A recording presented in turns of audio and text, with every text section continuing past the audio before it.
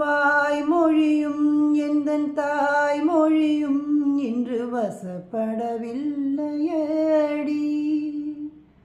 வயிற்றிற்கும் தொண்டைக்கும் உருவமில்லா ஒரு உருண்டையும் உருளுதடி.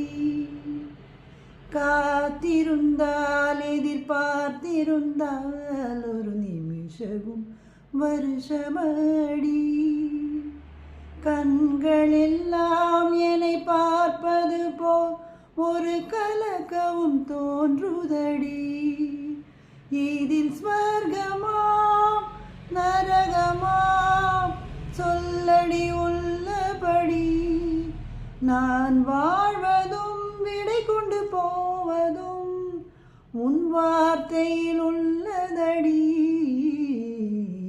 என்னவளே அடி என்னவளே எந்தன் இதயத்தை தொலைத்து விட்டே.